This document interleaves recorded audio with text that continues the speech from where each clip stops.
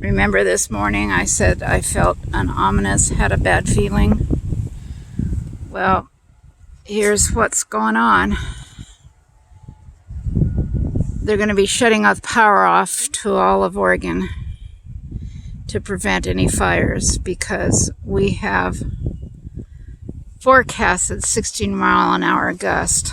And last time they had this Columbus Day storm, they said they were going to have 16-mile-an-hour gust, and it ended up being 180-mile-an-hour. That was an epic storm in October 1962. Millions of dollars worth of damage. Anyway, look at this. Remember the beautiful picture I showed this morning? How different it is.